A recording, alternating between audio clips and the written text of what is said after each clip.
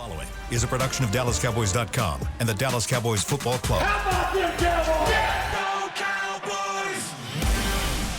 This is Mick Shots, streaming live on DallasCowboys.com and the official Dallas Cowboys app. Now, here are Bill Jones, Savannah Humoller, Everson Walls, and Mickey Spagnola. Now Go! Go! Dallas Cowboys! It's the go team of the senior pros. Let the whole world hear our bugles blow. Stand up! Stampede! Go you Dallas Cowboys!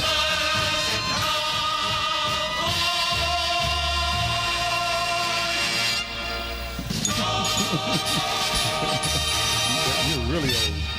How about them Cowboys? Yes. I love it, love it, love it. And how about that weekend? Welcome to January 2nd, 2000, Everson Walls. Happy New Year, Yes, guys. January 1st, 2024. And this is Mick Shots. very clever. man. Mickey, have you This ever, is a good day. since your daddy said this is what you call a football, had a better weekend than that weekend? It was quite a weekend, I must admit. Starting on Friday night with the Missouri Tigers at AT&T Stadium. Taking down the Buckeyes. Continuing on Saturday night with first, how about them Cowboys? And then the end of that game. Does that mean the jinx is over? The curse is The over. curse is over? Well, I think so because of what happened on Sunday in It ain't Philadelphia. over yet. I still can't sign on for the first time. So no, it's still the same. Everything's still the New same. Year, same everything. Everson. Just amazing. It's the NFL. Keep trying to tell people. What you telling them, Spags? Week to week. It's the old Brian Downing saying, just when you think you're in, you're out. And just when you man. think you're out, you're in. But I'm going to enjoy today. I'm going to enjoy this week. Can you explain Brian Downing to people who don't know? Started with the Chicago White Sox way back, I think, in the late Shouldn't have 70s. gone down this rabbit then hole. ended up playing for I'll the bring it back, Texas don't worry. Thank you, Rangers. Savannah. From what I hear on Twitter, that's what you're here for. Thank you. Is to keep us together. Correct, guys. But it doesn't matter who he is, it's what he said. And it prevailed this week. Just when the Cowboys were able to look like they were going to lose a game, they won it. And just like they were not going to fall, they were going to fall out of first place. The Eagles get beat by Arizona. And last night, just when it looked like Alabama was going to beat Michigan, here came Michigan back, and then when it looked like Washington had that game won, and I was ready to go to bed, and then all of a sudden, Texas is at the 7-yard line. Getting ready to texting score. everybody, How'd they wake get the ball up, back? wake up. How Everybody was was there gone. 50 seconds left? What happened? I texted everyone, wake up. Everybody's like, this game. They got the ball back, and they got 50 seconds left It's- somehow. It's a good thing Washington had a very tall cornerback on that last pass. Yeah. Because a normal-sized cornerback is not going to go up in the air and swat the ball away, even if he was choking him with an arm around his neck as he was going up. Do you think the refs would have? They didn't have the... Nah. There was no way. But we saw some pretty darn good quarterback play, by the way, in that second game. Yeah. And Penix will be the number one draft pick. Hot take right there. Oh, a hot sports opinion. Take that, Caleb Williams. Take that, Jaden Daniels. No.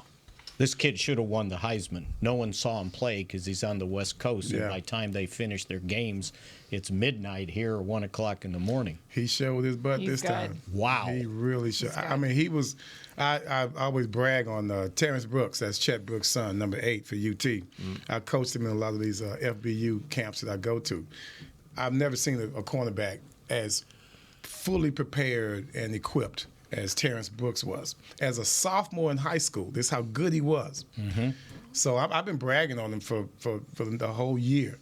And he made Terrence Brooks just look like an average defensive back.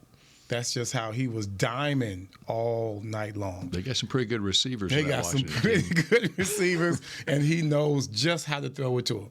So he made out that Texas UT secondary just look. It's funny. It's after the Alabama-Michigan game. I thought it was alarming how the lack of playmakers that were on the field in that game, and then that Texas. I know I'm familiar with the Texas wide receivers. They've got some really good ones, but the Washington wide receivers, Isaiah Stanback's been telling me about them all year. Oh my God, where is he? I'm sure he's he's walking there. around here like some he was there. Oh, he's probably wearing his bow. He's all decked out. He didn't get back in time for his show today. He's in the New Orleans airport right now, and he's booked He's already in Houston, right? Yeah, that's right. Yeah, he's just going to drive over to Houston stay there for the next week. Oh, man. Quite some games, by the way. Yes, they were. We were blessed this weekend. Great weekend of football. Yep. Great weekend of sports. So I don't know where you want to start. Since we Anywhere. summarized Anywhere. Can we start actually? Yes, please. Pre-game Cowboys Lions on Saturday. I ran into Mickey in one of the end zones during warm-ups, and here walks Michael Irvin, and I don't know what you guys talked about, but he stopped Mickey, and they had a full-on 10-minute I'll conversation. tell you what we talked about. Some guy named C.D. Lamb, by There the you way, go. who I think one or two of us might have picked him to be the pod pick and the pick to click, by the way. And Michael went on and on and on about him. It was funny. I said, well, he's going to break your record. What are you going to think? He goes, he better break it, because if he doesn't, they're not winning. That's true. That's true. We needed every yard. Right? We needed every yard that he gave us. All 200 and, what was it, 27? I think. Yep. On 13 catches. I was in a suite with a guy. And he was betting. They were gamblers. And he said that he needed CD to get 40 more yards, and he would have $6,000. What? He bet. I'm like, how He do you? just needed to What get made you what? think CD was going to 300 go for yards? 260 something yards? But that was his bet. I don't know how that goes. But he's like, he kept saying, I need 40 more yards, 40 more yards. Like, damn, dude. I like CD, but geez. Well, I figured If they would have kicked the extra point, he would have had it in overtime. Does the bet go into overtime? Why not? For the whole game. For the whole game, yeah. Okay. That's right. It was one thing that he was going to break the single season reception record, but he was 200 and some yards away from the yardage record. I'm saying, okay, maybe next game, right? And he gets both of them. Both. Crazy, man. I did not see that coming. And I didn't think we'd need him that So much.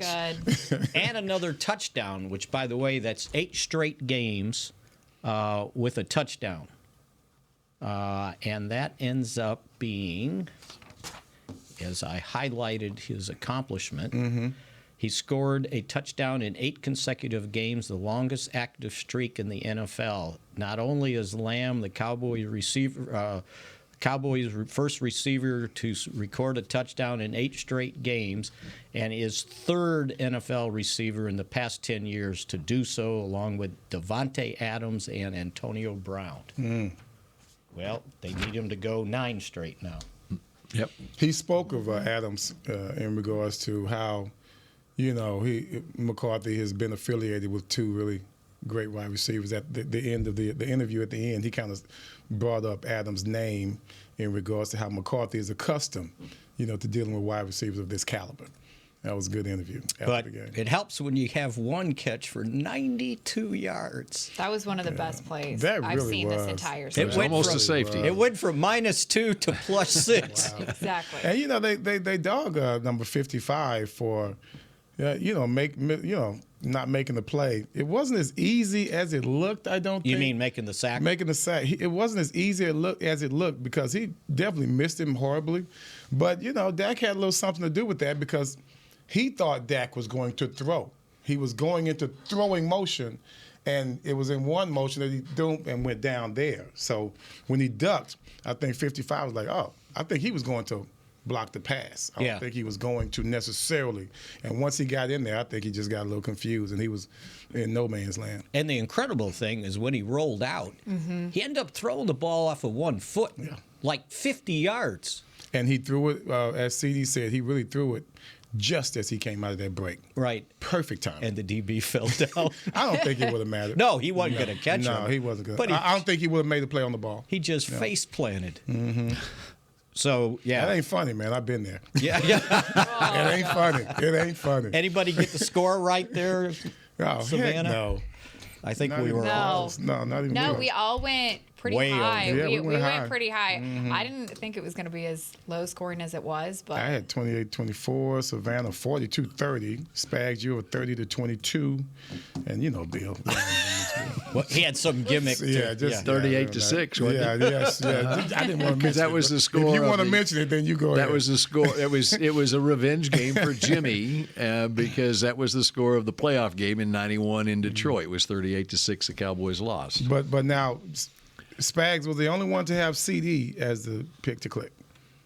And well, okay, by the way, All right, you win. from now on, we took Mike off. We're the taking board. Lamb off the board. We took Mike off the board early in the season. We got to take CD off the board. I agree. What about I Dak? agree. What about Dak? You got to take Dak off then.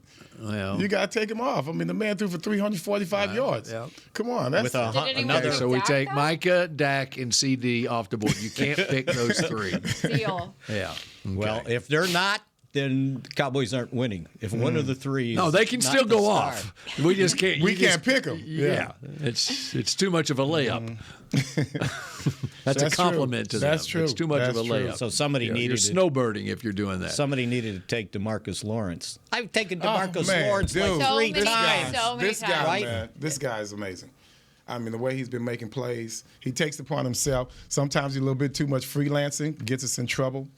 But I'll take it, especially when he's making those stops to put him in Well, for especially carries. well, when the you're on the freelancing was the goal only line. tackles we were making a couple of weeks Yeah. ago.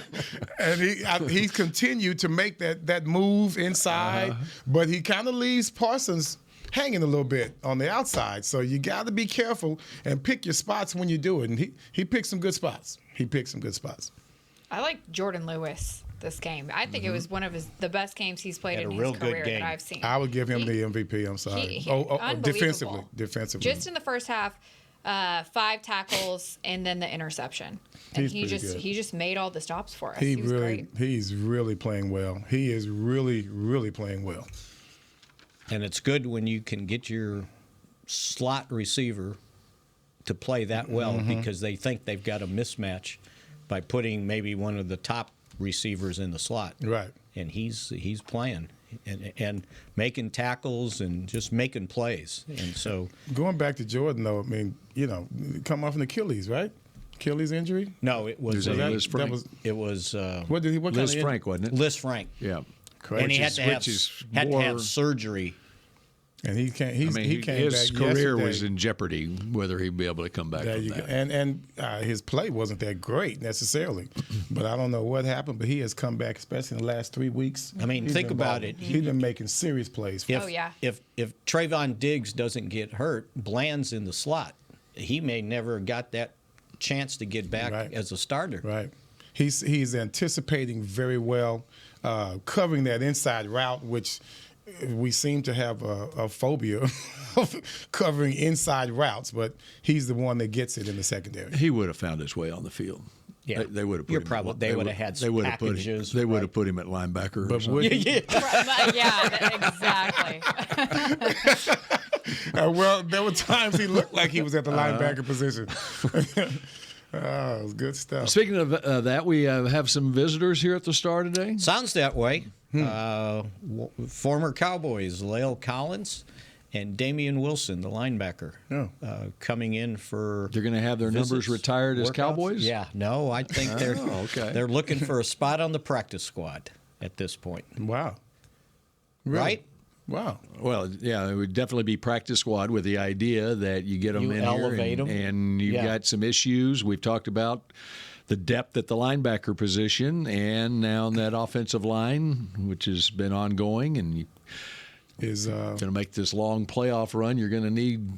You never know what is around the next corner. Lyle Collins was with the Bengals last year, correct? True. Or who was Yes. Yes.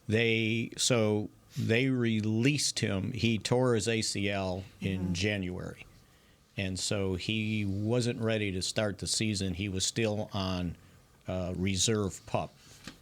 And I think it was I wrote it down, after the first game of the season, they let him go for salary cap reasons. September 12th. And the key thing here is, and I'm sure this one got forgotten, he was cut after the first game. If they didn't give him an injury settlement, they were going to save $7.4 million, and over 2 years, it was going to be close to 14. So they were having salary cap problems. But what we forget is when the Cowboys let him go after the 2021 season, this year, he was costing the Cowboys $8.16 million in dead money. So they had just signed him to that 5-year, $50 million deal in 2019. He missed all of 2020, got suspended 5 games in 2021. And actually, I think as we pointed out in this show, Terrence Steele outplayed him that year. Yeah. So that's why in March of 2022, they let him go, but it was very costly because the cap space was spread over 2 years, and the last $8 million counted this year. By the way, the Bills worked him out on Friday, I saw. So I think what everybody's thinking now is he's recovered from the ACL. Let's see what he has. So they'll work him out. And, hey, all you got to do is sign him. If he's good to sign to the practice squad, see where he's at. You get a free look, basically, for what are they paying the guys in the practice squad now? About Some very some little, ridiculous amount as far as I'm concerned. Ridiculous as in high. right? Probably more than your first year's salary. I would imagine. So we'll see with Tyler Smith with the plantar fasciitis. Which is it's a completely torn plantar fascia in his left Right. foot. And which that's is the better. arch? Is that the arch? That's Underneath. basically, yeah. Yeah. But that's better than a partially torn. Is a it? complete tear is better as far as him being able to play, apparently. That's what we're told. Interesting. And being able to play when? Now, Sunday. What? Sunday Yeah. in Washington. Whoa. Yes. I mean, you got to play through He doesn't need pain. surgery? Yeah. I But would imagine, but but geez, it's I didn't not think as it'd be. Yeah. It's not as painful as if it's just partially torn. Did you see him walk off? Good. Yes. Well, sorta, Yeah. with help. Yeah. That's my point. But they're saying that they're telling us there's a chance. Wow. I'm happy. And that's not the I am first time happy. I've heard that. That's kind of been always the thing about the plantar fascia. If you tear it all the way, it's better than partially torn. Because who just recently had it? And there was some talk about you should just go in and tear the thing, and it'll heal faster than if it's just partially torn. So it only takes like a few days to heal. Well, I don't know if it takes a few days. crazy. Size man. it? It's Crazy. Elevate your leg? It's painful, but not as Right. painful as if it's not totally torn. So they're going to take a look at him and, see where he's at. Okay. All right. We're just getting started on this edition Wow, of Mick that Shots. was So much to get to when we come back in a moment.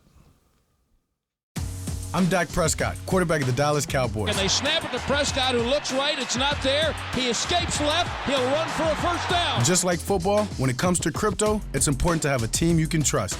With blockchain.com, I know I'm in good hands. Since 2011, they've been trusted by millions around the world to buy, sell, and trade cryptocurrency. Prescott's going to run this himself. Run it up the middle, and he scores. Whether you're new to crypto or an active trader, they've got you covered. What are you waiting for? Get started at blockchain.com. We know that juicy, cheesy, grilled to perfection burger sounds amazing, but it does sound like something is missing.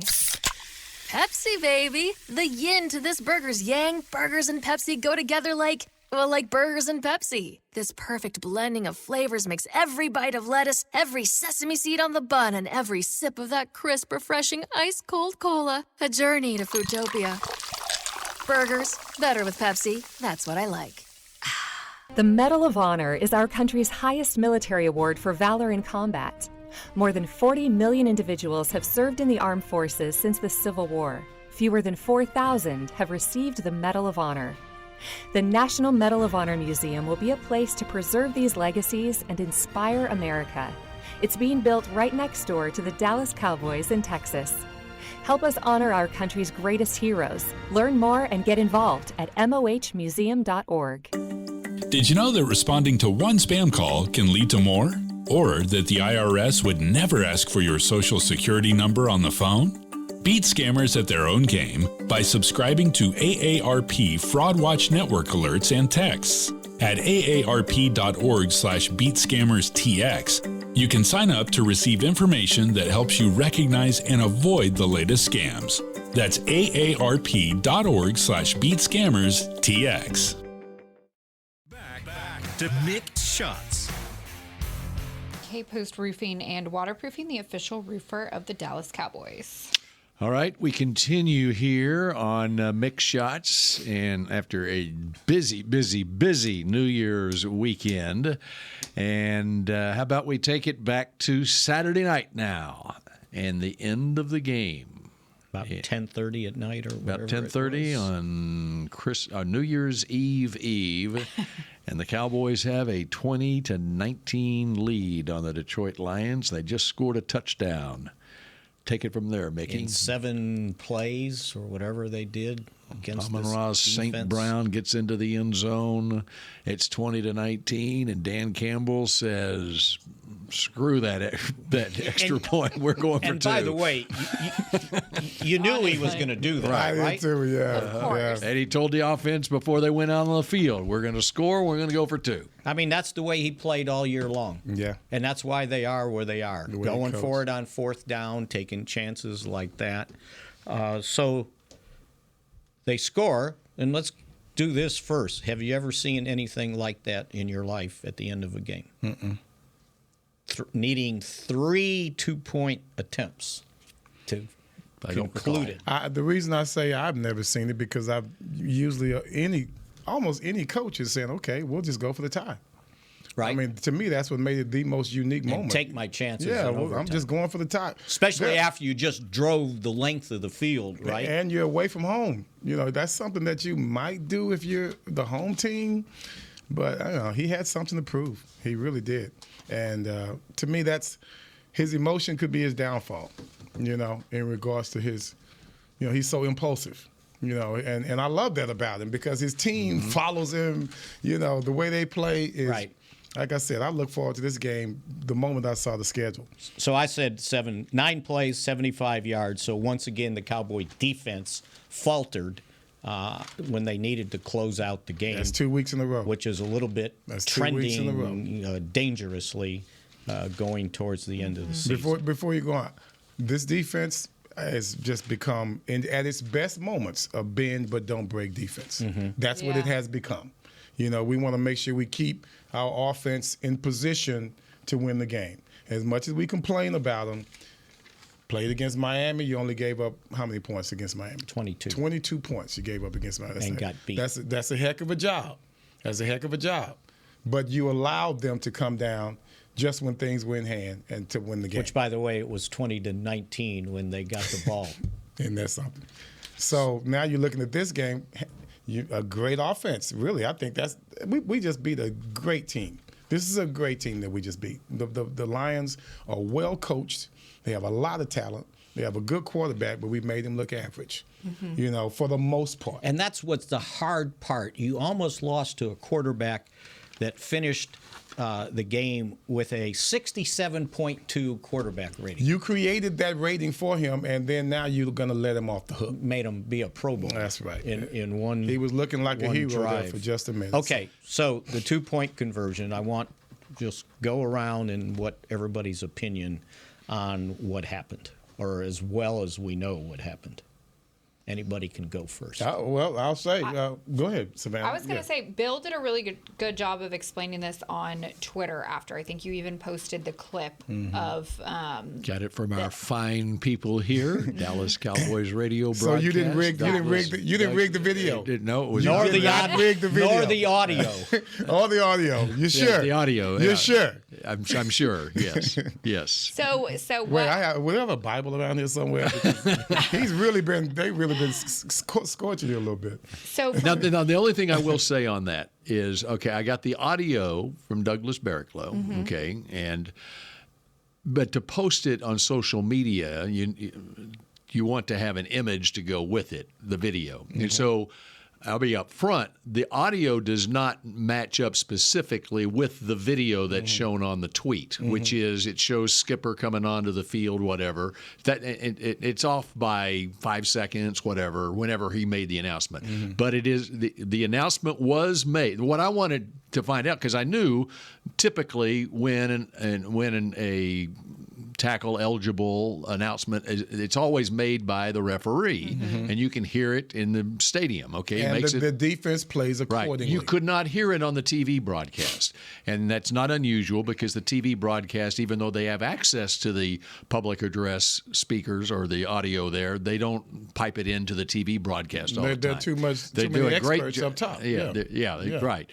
We do a great job on Dallas Cowboys radio where you can hear all the ambient noises in the stadium and so forth, and they do a great job of being able to hear when those announcements are made. And so after the game, I'm like, okay, did the referee announce that 70 was the eligible receiver? And he sure did enough, to he 93,000 people. Right, he did.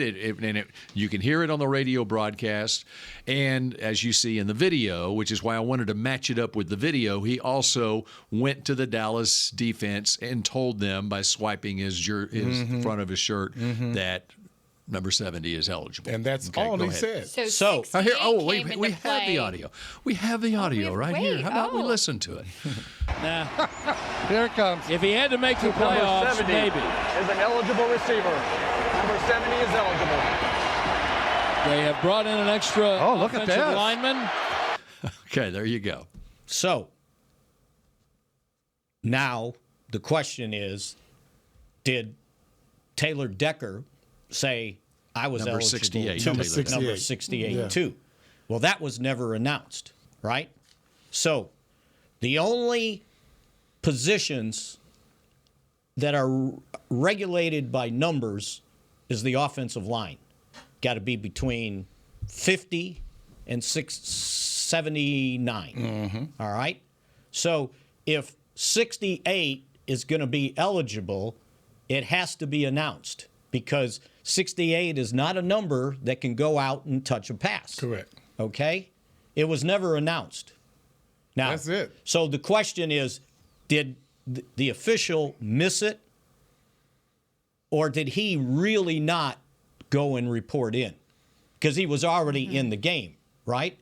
I listened to his post-game press conference. He didn't sound very convincing to me. It was almost like, well, yeah, I did. That's what I wanted to hear because he said, they said he doubled down. They said he doubled down. Yeah. So he lied. And then they kept asking him, and he goes, well, I don't want to say anything to get myself in trouble. So if it was me, and you know me, I'd have been screaming from the highest hill, right? By golly, I reported in. He missed me. Right. He never said that, right? But regardless of that, if he doesn't tell the Cowboys he's eligible, the Cowboys aren't going to cover him. They're not. That's right. Yeah. Right? And they did not. And that's what everybody's That's what everybody's forgetting. They did not know he was eligible. And McCarthy made somewhat a comment about it yesterday in his press conference, and then Dan Quinn doubled down. It's like, yeah, if we knew he was eligible, we would have defended it accordingly. You had two guys going with one guy across. Because they all went with the tight end, That's right? And no one bothered with him. I'm going, well, why didn't they? Well, that's what they missed. They were yelling that the play should have counted. What they should have been yelling at is if the official screwed up on not announcing him as eligible. But you can't assume, right? if they had announced him eligible, that we would have had the same ending, right? That's true. And that's so true. That's what everybody's missing. I can't see an offensive lineman beating the DB down there on the goal line. If they knew he was eligible. Right.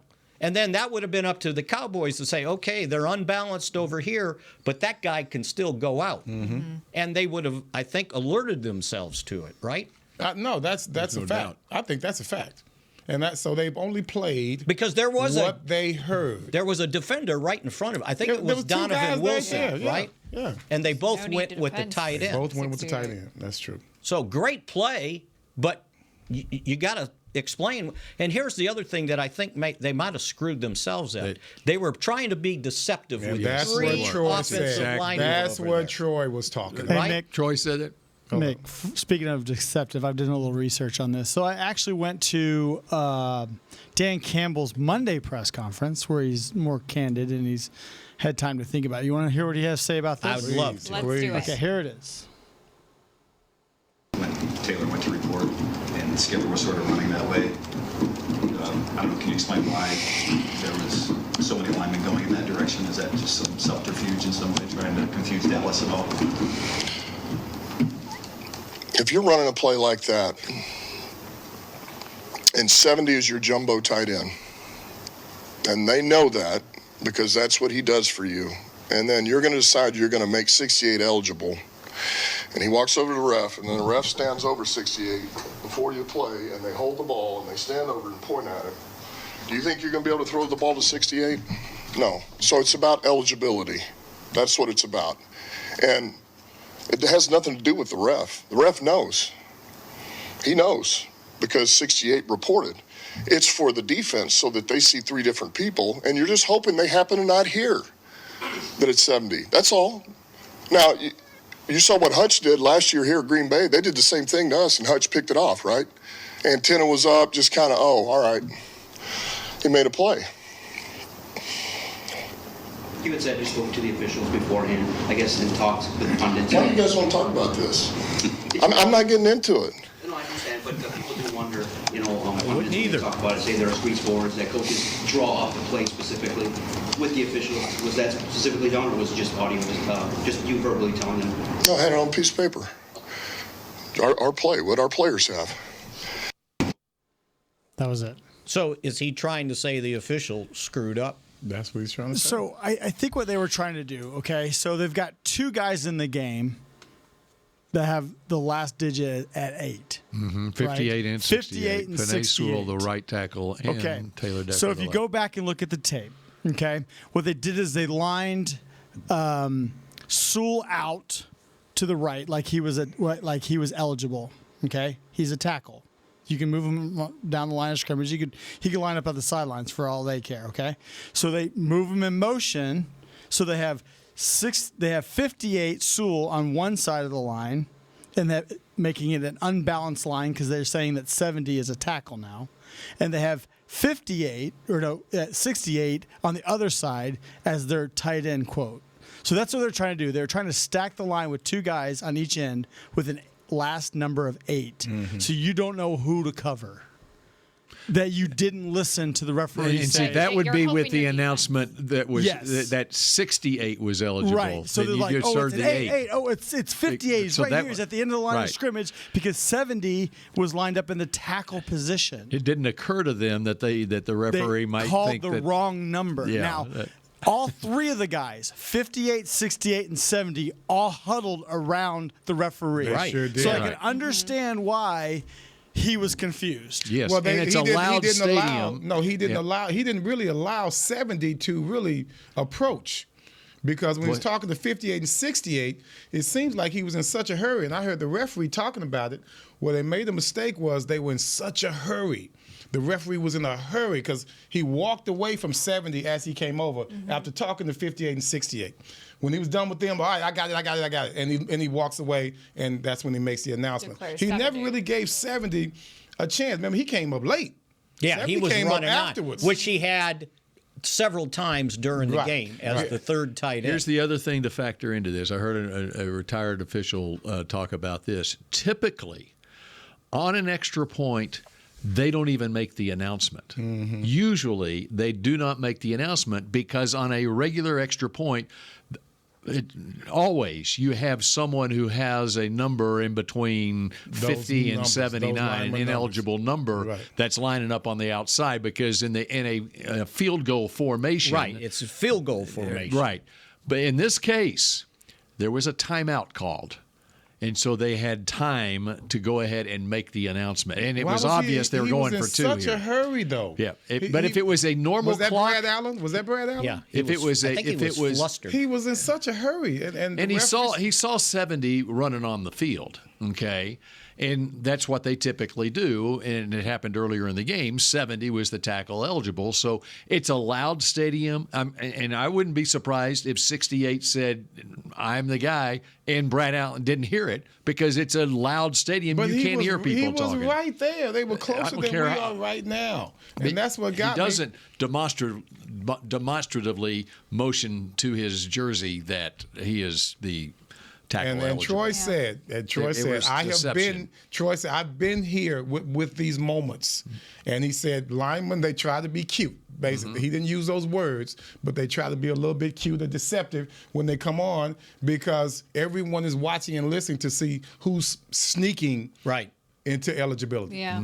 Here's the other thing. You know who happened. else did by the way, somebody got a hold of Dean Blandino and asked him about it. It was on the Fox show the next morning. The next morning, right? And he explained it more so than the guy right after the game that was diagramming all over the. What the hell? And he basically explained it. He had an ineligible number to touch the ball. Yeah. It's just that way. Because that was announced. Okay, I'm showing Everson. Look at the receiver that's lined up next to Decker on the left side. Yeah.